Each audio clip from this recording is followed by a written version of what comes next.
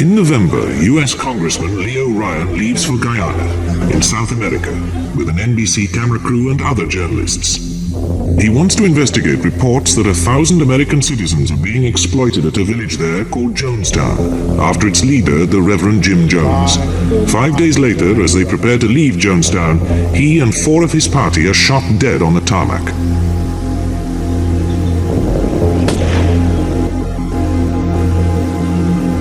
As the firing dies, Reverend Jones orders all his followers to drink a lemonade containing cyanide. 913 of them do so and die. The most amazing mass suicide in history.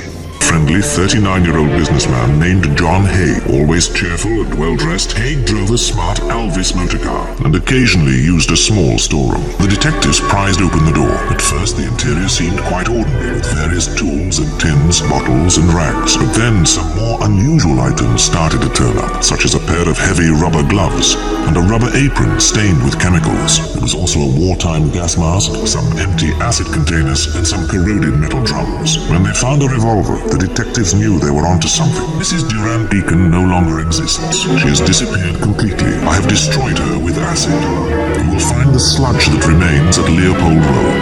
Every trace of her body is gone. With no trace of emotion, Haig described how he had shot her and then put her body into a vat of acid to dissolve away. As he spoke with pride of the way in which he had planned and carried out the murder, it became apparent that Haig was confident that without the body, the police would never be able to convict him.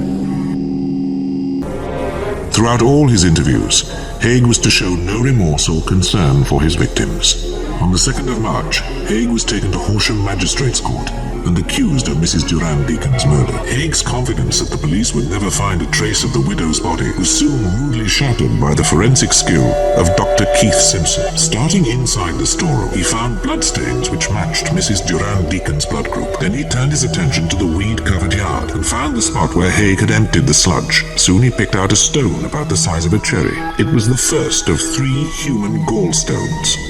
Covered in fat, these would have taken weeks to disappear completely. Vastly encouraged by this first evidence of a human body, Dr. Simpson and his team continued their meticulous search of the yard. The search lasted for more than a week, and soon questions were being asked about the real total of this macabre killer. Everything in the storeroom was taken away, together with boxes of sludge-soaked earth and the corroded drums. The crucial discovery was a set of false teeth which had not decomposed. They belonged to Mrs. Durand Deacon. He took McSwan to a basement flat opposite Gloucester Road Tube, where he bludgeoned him to death after allegedly drinking some of his victim's blood. Haig disposed of the body in a vat of acid and put the remains into a drain. This was Haig's first experiment with using acid to destroy a body, and he soon used the same method to kill McSwan's mother and father. Having got rid of the McSwans, and so successful had Haig been in disposing of the bodies, that it was only when he admitted to these murders during questioning that the police found out about the appalling crimes which had been committed in the Gloucester Road basement. He was now convinced that he had found the way to commit the perfect murder. Haig looked around for further victims. He picked on a wealthy doctor, Archibald Henderson, his attractive wife Rosalie. Dr. Henderson agreed to visit Crawley to see Haig's factory. He was shot, and Haig then lured his wife to the storeroom, killed her, and disposed of both bodies in the acid. Once again, he claimed to have drunk his victim's blood before disposing of them, and Johnny Haig had picked on his last victim, Mrs. Durand Deacon. Another container of acid was ordered. The news that Haig had confessed to 4 more murders created a sensation. As the police searched the cellar at Gloucester Road and followed other information which Haig seemed happy to give them, but in each case, he claimed to have drunk the blood of his victims. All police efforts to prevent this information leaking out to the press failed. When Haig appeared again at Horsham Magistrates Court to be remanded for trial, people found it hard to believe that the dapper little man who had confessed so willingly to the police was a vampire. Haig went for trial on the 18th of July. Haig was immaculately dressed and seemed totally unconcerned as he was led into court. On the 19th of July, they took only 13 minutes to find Haig guilty. He was sentenced to hang for the murder of Mrs. Durand Deacon. But at 9 o'clock on the morning of the 10th of August, Haig was executed without any difficulties.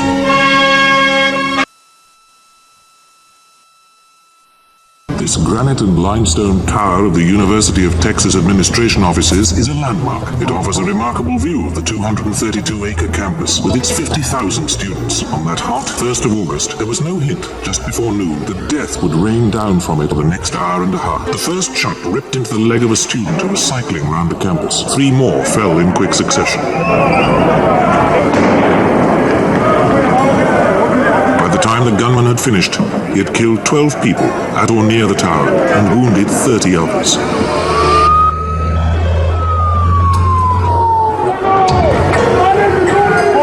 Finally, 3 policemen and a passerby managed to storm the tower and shoot the gunman dead.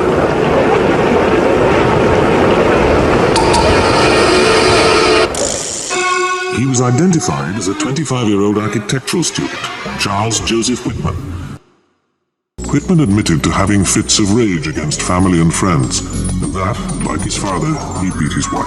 He also revealed that he fantasized about shooting people from the university tower. Whitman wrote a farewell letter, saying that he hated his father with a mortal passion. He said that he loved his wife, although he was going to kill her. But sometime that night, he stabbed her 3 times with a knife while she slept, killing her instantly. Also that night, Whitman drove across Austin to his mother's apartment and killed her by stabbing and shooting. Whitman spent that night preparing his weapons. Next morning, he bought more, so that they totaled 3 rifles, 1 shotgun, 2 revolvers, plus machetes, hunting knives, and hundreds of rounds of ammunition. During the morning, he drove to the university campus. The clerk who maintained the guest register, Edna Townsley, asked him what he wanted. In reply, he clubbed her with a rifle, crushing her skull. Margaret Lamport was a tourist visiting the tower with her 15-year-old nephew, Mark, and his family. As they appeared, Whitman fired, killing them both and wounding Mark's brother and mother. Then Whitman slammed the door onto the observation platform and barricaded it with furniture.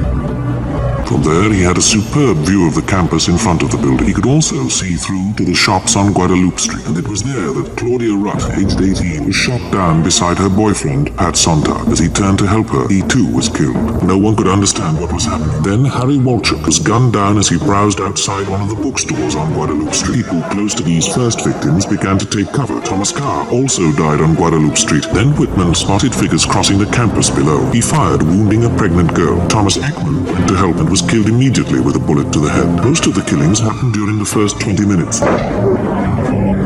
Peace Corps volunteer Thomas Ashton was killed relaxing on the roof of a building to the north of the tower. Robert Boyer was hit in the back and died. Those on the ground had little chance of spotting the gunman. Shots ricocheted off the parapet, but there was little chance of hitting such an elusive target. Now attempts were being made to clear the campus as the firing continued.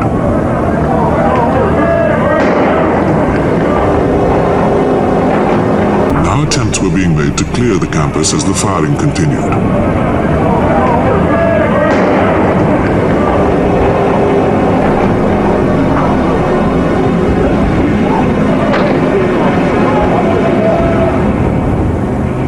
One of the men returning fire on the tower was traffic policeman Billy Speed. He was picked off as he crouched behind a stone railing. As more people fell wounded, police reinforcements were moving into the area. But their chances of getting a clear shot were slim, as Whitman moved from vantage point to vantage point.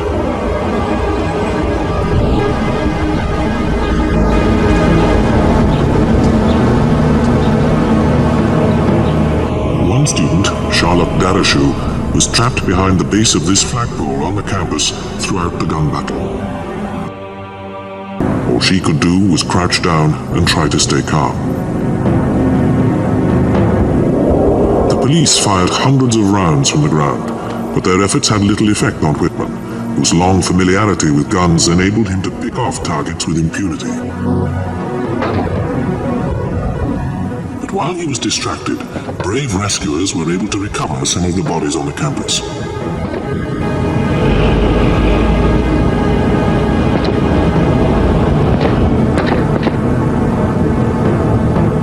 It was discovered that the pregnant girl was still alive, although the bullet had killed her baby.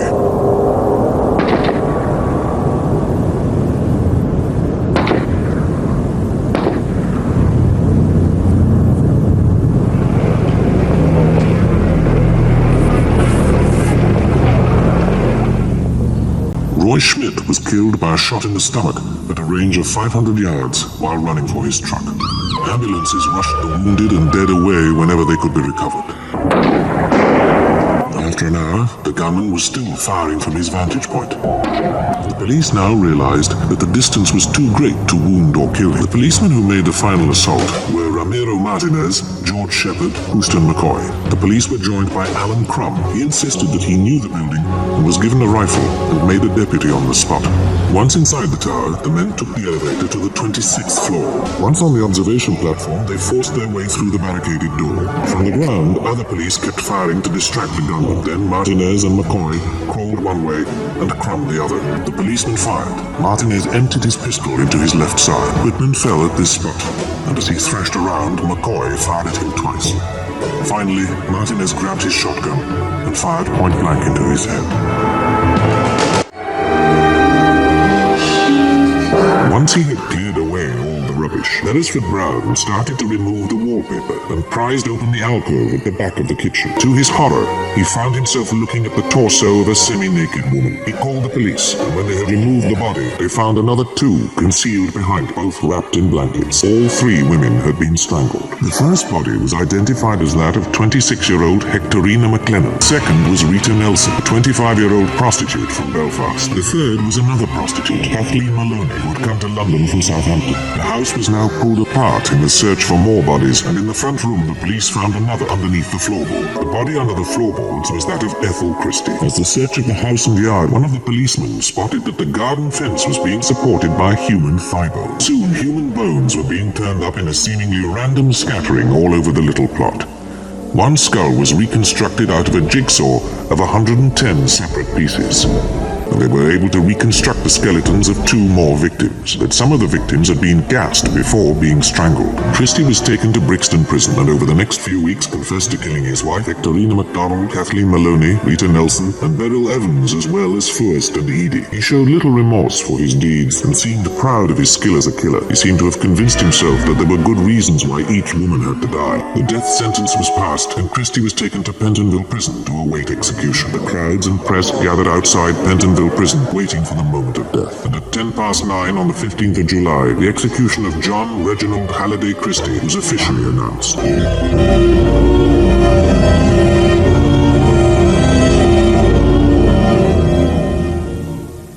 On the 15th of February, a man is arrested in Florida who eventually confesses to 23 murders. Nearly all the victims were young and pretty, with a strong resemblance to each other, and to a girl who once turned him down. The police were fairly sure he had killed at least 15 others as well.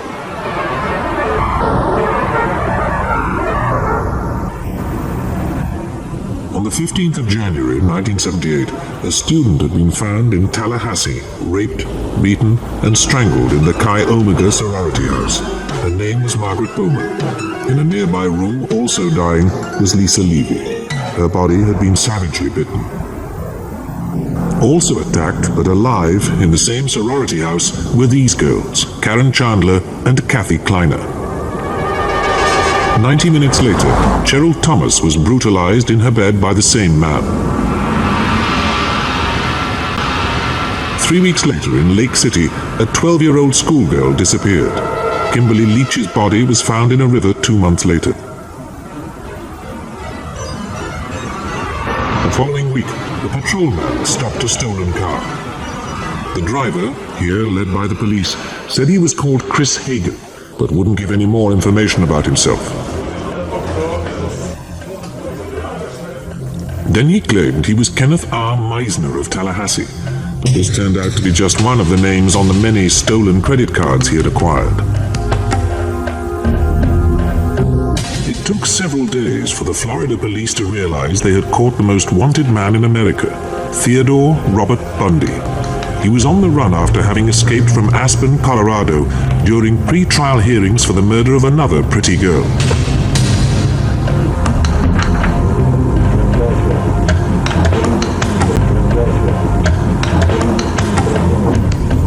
So now the Florida police looked for any links with the recent murders and disappearances of young women locally.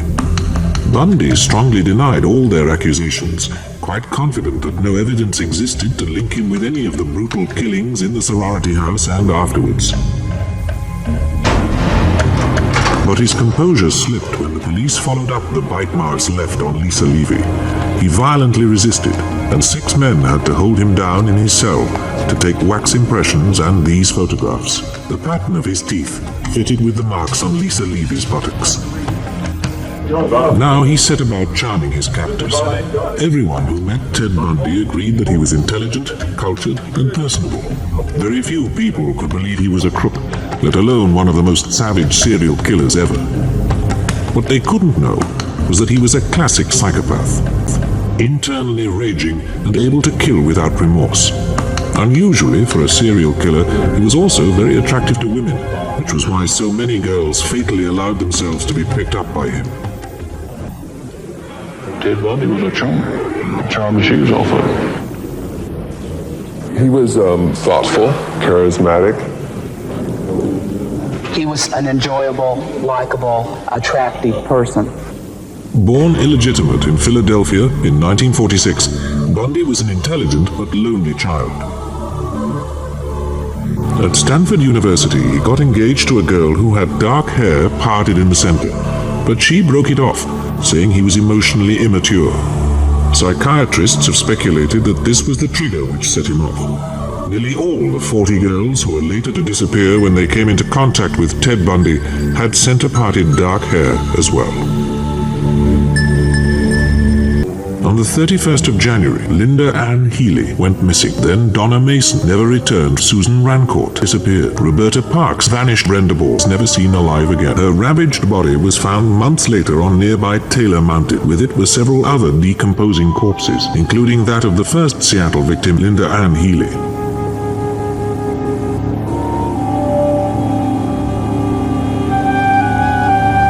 Then Georgianne Hawkins, aged 18, walked back alone to her Washington University sorority house, but never reached it. Janice Ott disappeared. Denise Naslund also went missing. Their decomposed bodies were found together near the lake on the 7th of September, along with those of another unidentified female. Other remains were found in the area too.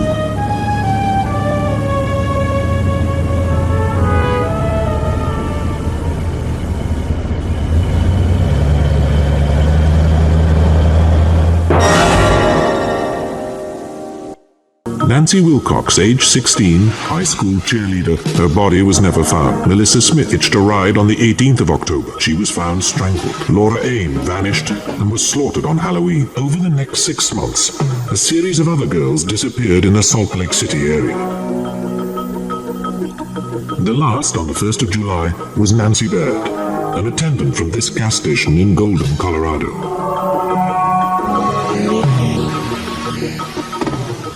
On the 16th of August, 1975, Sergeant Bob Haywood challenged a suspicious Volkswagen. It drove off wildly. Stopped after a chase, it proved to contain masks and handcuffs. The driver was arrested. It was Ted Bundy. Forensic scientists had combed the car and found a hair that could have been Melissa Smith's.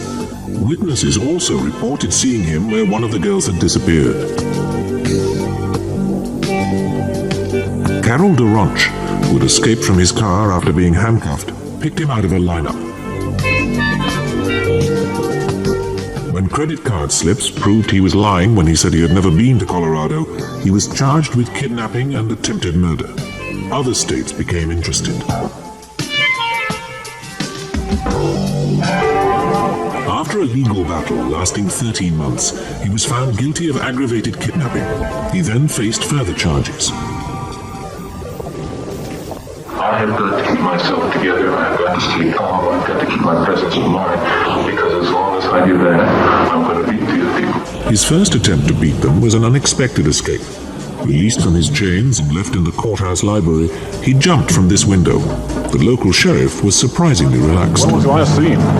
Oh, about 10:30 this morning when he jumped from the window. Have there been any hostage-type situations or stolen cars reported? No, not yet. While helicopters searched for him, he hid out in a cabin on Aspen Mountain for 5 days before coming back through the roadblocks to steal a car.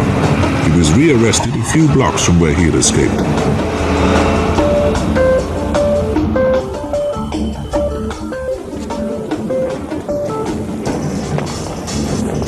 So now he slimmed down, until at the end of 1977 he was thin enough to make another escape. This time through a hole he cut in the ceiling of his cell.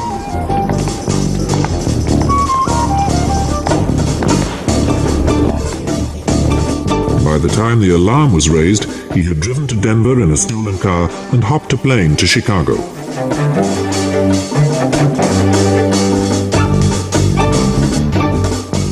From there he flew to Florida, where his urge to kill overwhelmed him. Shortly after the Tallahassee and Lake City killings came his capture in the stolen car.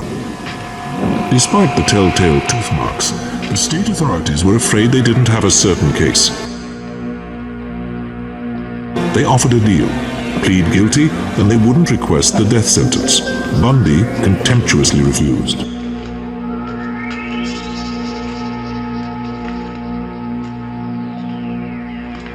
He also complained during the pre-trial hearings that his defense team had shut him out of preparations, but the judge was unimpressed. This court is finding clearly and unequivocally you have the most excellent counsel I've ever seen any defense attorney and any defendant in the state of Florida ever had. Nevertheless, Bundy insisted on taking over his own defense. And the court had to rule on whether he was sane enough to be able to do so.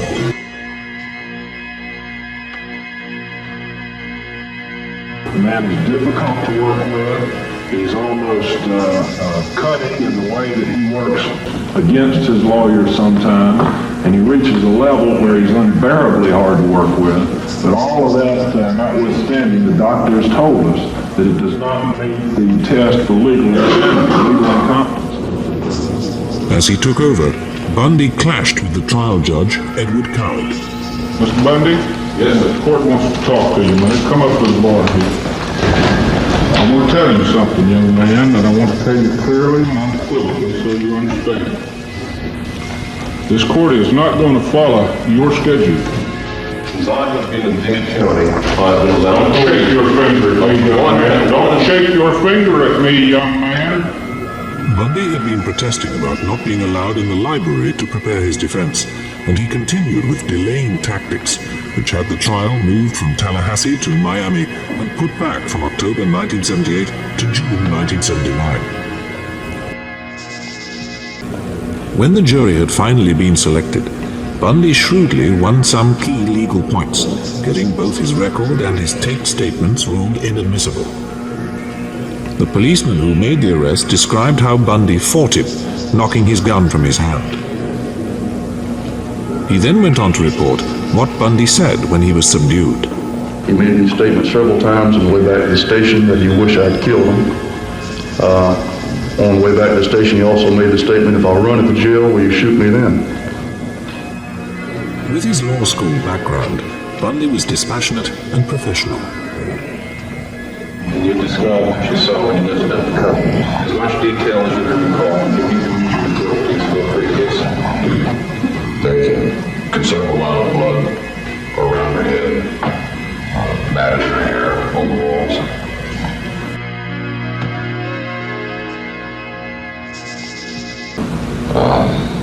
There was what appeared to be a nylon stocking netted around her neck. And you cannot recall any debris other than blood? Is that your testimony? Is that your recollection? That's my recollection, yes, sir. Bundy claimed that the prosecution's exhibits could all be innocently explained. The masks found in his car were for skiing. The metal pipes were not weapons, but parts of his car. The nylon stockings not for strangling, but for wearing.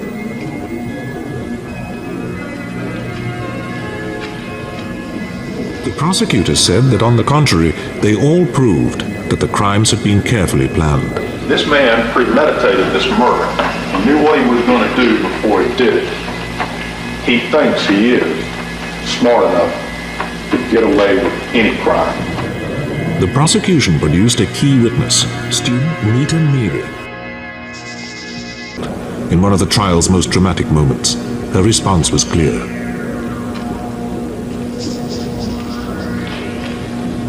This was damning enough, but the clincher was the savage bite on Lisa Levy.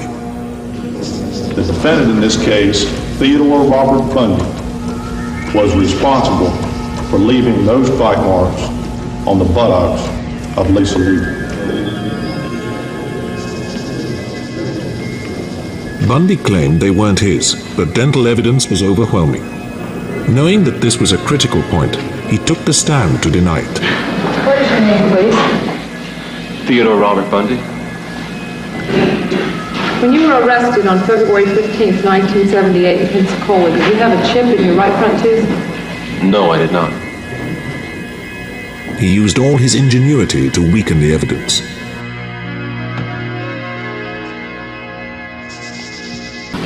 To show that in fact my teeth could not or did not make those marks.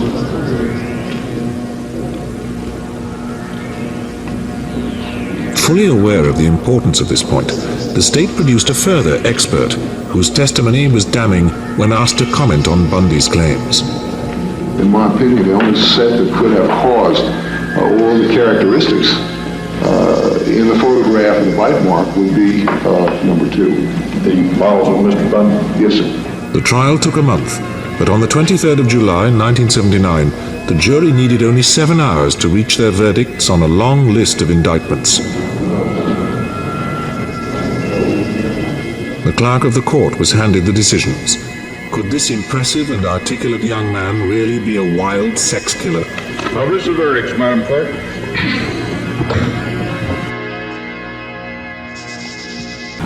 In the Circuit Court of the Second Judicial Circuit in Leon County, Florida, case number 78670, with the jury at Miami-Dade County, Florida, this 24th day of July, 1979, found the defendant, Theodore Robert Bundy, as to count 3 of the indictment, murder in the first degree upon one Lisa Levy, guilty as charged, so say we all, Rudolph E. Trimble, foreman. The verdict was guilty, and all that Bundy could do now was to try to avoid a death sentence. With his usual cheek, he said that if he was sentenced to death, it would lower the court to the level of a murderer. I'm not asking for mercy. So I find it somewhat absurd to ask for mercy for something I did not do. As Bundy's mother listened, the judge had no hesitation in passing the death sentence. She was struck several times about the head. She had a ligature around her neck. She was struck several times about the head. She had a ligature around her neck, which was a pantyhose that strangled, caused her death. The beating was vicious, vile, and wicked, and atrocious. It is further ordered that on such scheduled date that you be put to death by a current of electricity sufficient to cause your immediate death, and such current of electricity shall continue to pass through your body until you are dead. However, Judge Edward Coward had extraordinary words of praise for his performance in the courtroom. It's a tragedy for this court to see is such a total waste, I think, of humanity that I've experienced in this court. You're a bright young man. If you made a good lawyer, I'd love to have you practice in front of me. You went another way, partner. So he left the courtroom in Miami a condemned man, to be taken to Orlando for another trial, this time for the murder of schoolgirl Kimberly Leach. In an extraordinary scene during this, he called his girlfriend Carol Boone to the stand and asked her to marry him. Will you marry? Yes. I hereby marry you. She accepted, and they had a daughter during the years of his appeals. But extravagant gestures could not influence the verdict. Therefore, it is the sense of this court as to count 1 of the indictment that you, Theodore Robert Bundy, be adjudicated guilty of murder in first degree, and that you be sentenced to death for the murder of Kimberly Diane Leach. There followed almost 9 years of appeals.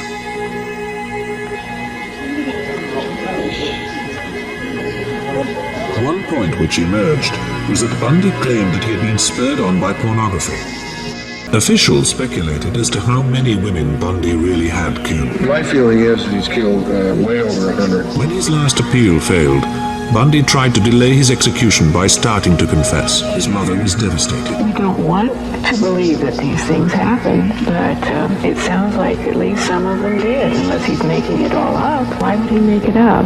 When even this tactic failed, he used pleading. What I'm talking about is going beyond retribution, which is what people want with me. Going beyond retribution and punishment, because there is no way in the world that killing me is going to restore those beautiful children to their parents and correct and soothe the pain. But at last, 9 years after the sentence, the state of Florida prepared for retribution.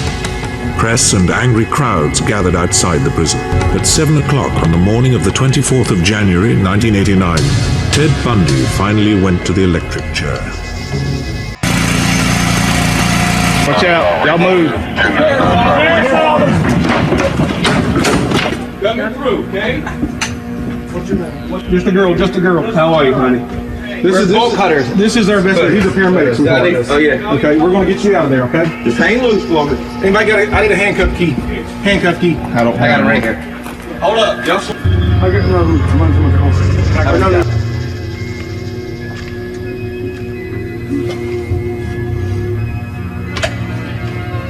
Do you know where your buddy is? Charlie. Yes. He shot him. He shot him? Who did? Douche. Todd Colehep shot Charlie Carver 3 times in the chest, wrapped him in a blue tarp, put him in the bucket of the tractor, locked me down here. I never seen him again. Okay. He says he's dead and buried. He says there's several bodies dead and buried out here, and he says that the dogs will be ruined if they go looking because there's red pepper. We're gonna step you up, sweet. Because there's what? Red pepper. Okay.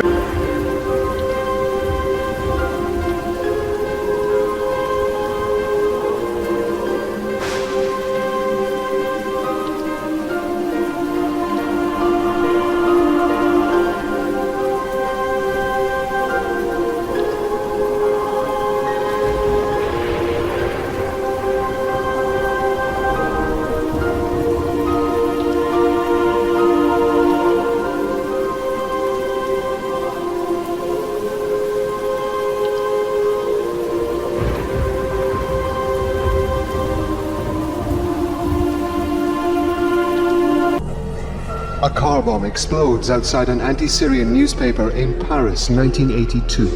1 person is killed and 60 are injured. This man, later identified as Ilich Ramirez Sanchez, is eventually jailed for the bombing and several other attacks. Now he's in court again, this time over a hand grenade thrown into a shopping center in 1974. 2 people were killed. His wife, who's also his lawyer, says the case is politically motivated. It is obviously a case that is solely political and nothing else. There is no reason to be judging him again. Therefore, it is proof that this is a political decision on behalf of the French state to fabricate trials. The media came up with the nickname Carlos the Jackal. It's from the title of a book which became a popular 1973.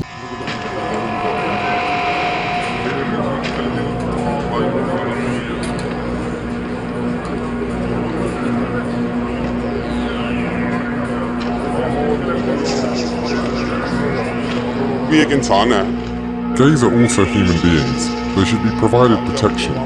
Where would you send them? You cannot send them abroad. They should be given protection. They are also part of our society.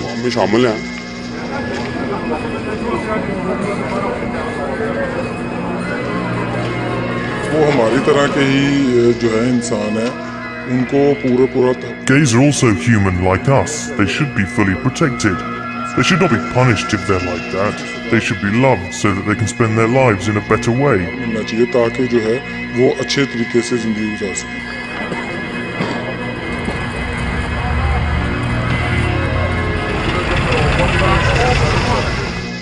Indiana police may have caught a serial killer responsible for 7 murders.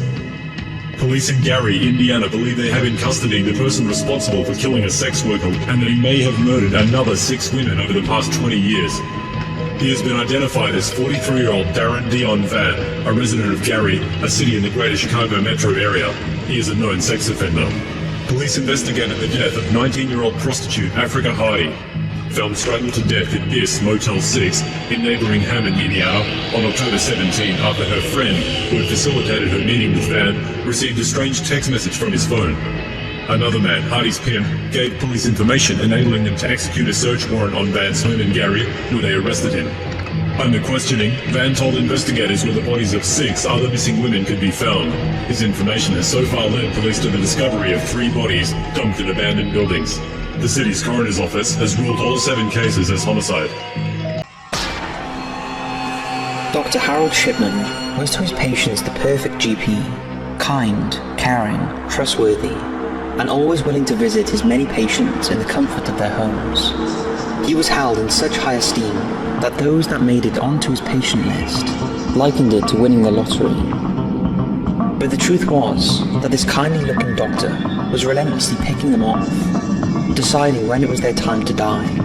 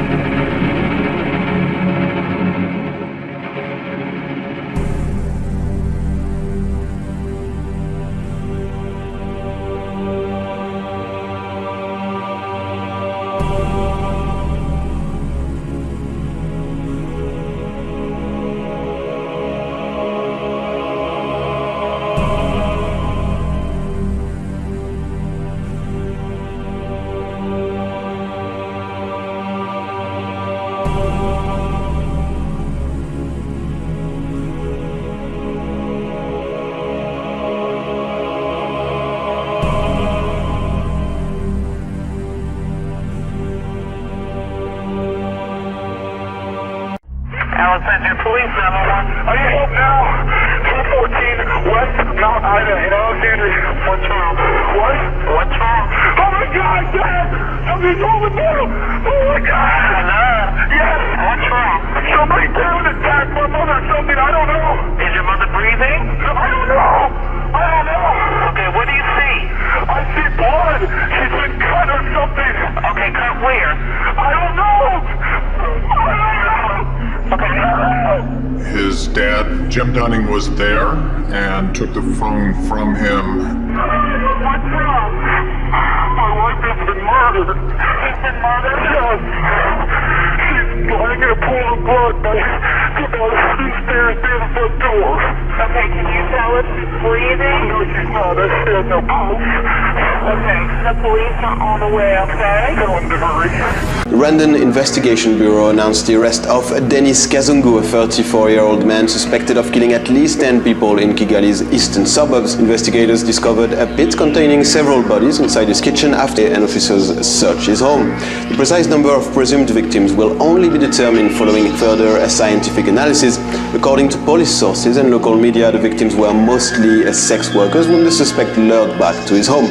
A source in the Randon Investigation Bureau has reportedly said that that the suspect may have emulated infamous serial killers. Victims were apparently stalked and may have been chosen because they had a few social connections.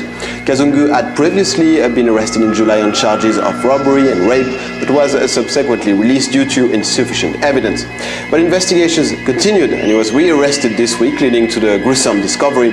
He is said to have confessed to the murders. However, as of now, neither the prosecutor nor the authorities have officially announced specific charges. The infamous serial killing Satan worshipper, the Night Stalker, is dead. KRON 4 reporting Richard Ramirez, one of the most notorious serial killers in America, who terrorized the LA area in the mid-1980s, died while on San Quentin's death row of natural causes. He was 53 years old. His crime spree started with a burglary in 1984 in which he raped and stabbed to death a 79-year-old woman. Fox News reporting it was the beginning of a rape and murder spree that lasted for 14 months. Dubbed the Night Stalker, Ramirez raped, mutilated, and murdered 13 people, leaving satanic pentagrams on their bodies. ABC News reporting he was finally caught and arrested in 1985, and 4 years later convicted and sentenced to death row. At the time, Fox News notes, he said, quote, "Big deal.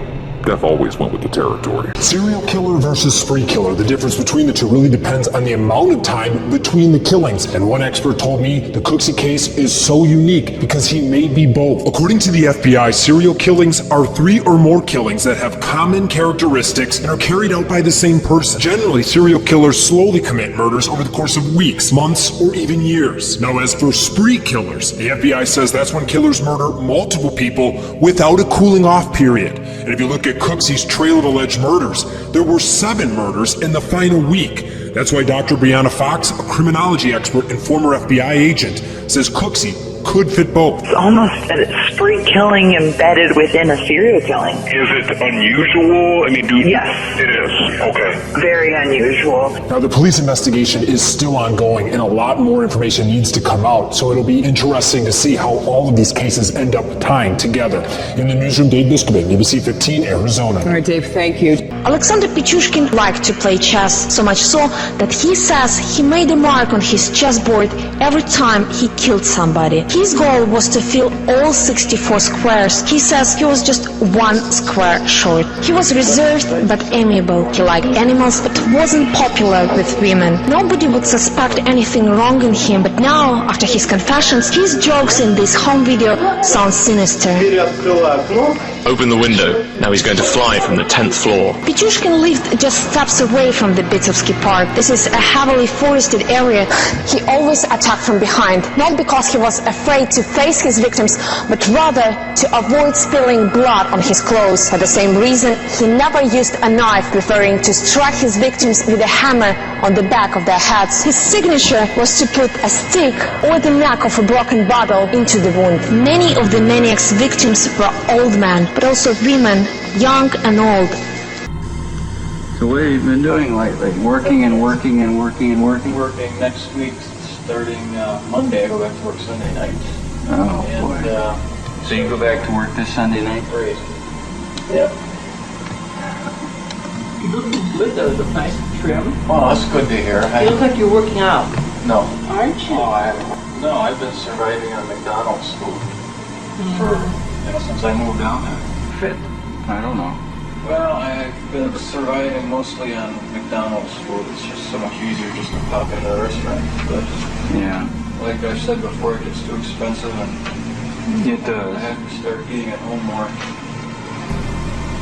And of course, you woke up at what, 8 this morning? Right. And then you cleaned up your apartment really nicely so you could show us what it looks like. Yeah, I want you to go over if you feel like it. I haven't done any dusting or vacuuming or anything. I do that on Sundays.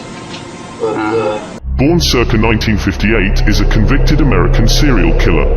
On death row in San Quentin, Hughes was originally sentenced to life without parole for the murders of 4 women and girls in California, but in a later trial, sentenced to death for 3 additional murders of women. The Night Stalker case kept the state on edge with the grisly murders in the mid-'80s. At no time during our investigation did we ever find any evidence of a second person. But that might be the case. He was called the Night Stalker because he broke into people's homes in the middle of the night when they were sleeping, attacked and killed them in the years between 1984 and 85. From a homicide, again, horrible little girl in 84, there's a handkerchief that was found, and there was a second sample on it.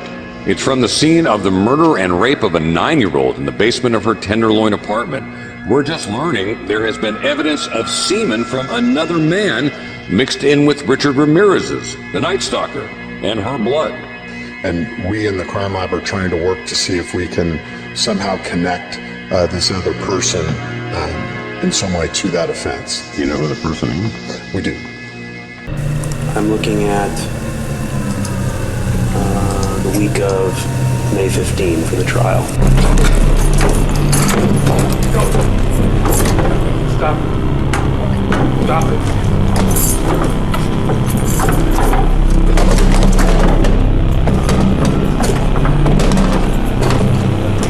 Rachel, call.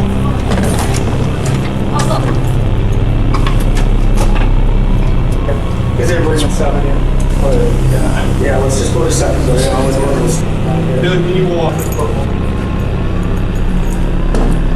first time I killed somebody, and it was such a rush. How many people have you killed? Lord, I don't know. I don't know. 10? Yeah. 20? 30? It's up there. 50? See, I'm not Billy the Kid making notches on my holster, so I know it's been a lot. Sells is on death row for one murder, but he's linked to at least 17 more. The drifter's vagrant lifestyle helped him elude police for nearly 15 years, as victims turned up from coast to coast. I am hatred. When you look at me, you look at hate. When I look at you, I look at hate. When you look at me, you know what hate is. Because I don't know what love is. Two words I don't like to use is love and sorry.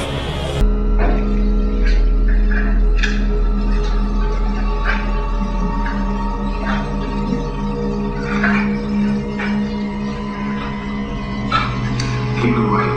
I sentencing for me purposes determined will be set. And I think the proceedings are a little bit unusual in that respect. He's 83, 89.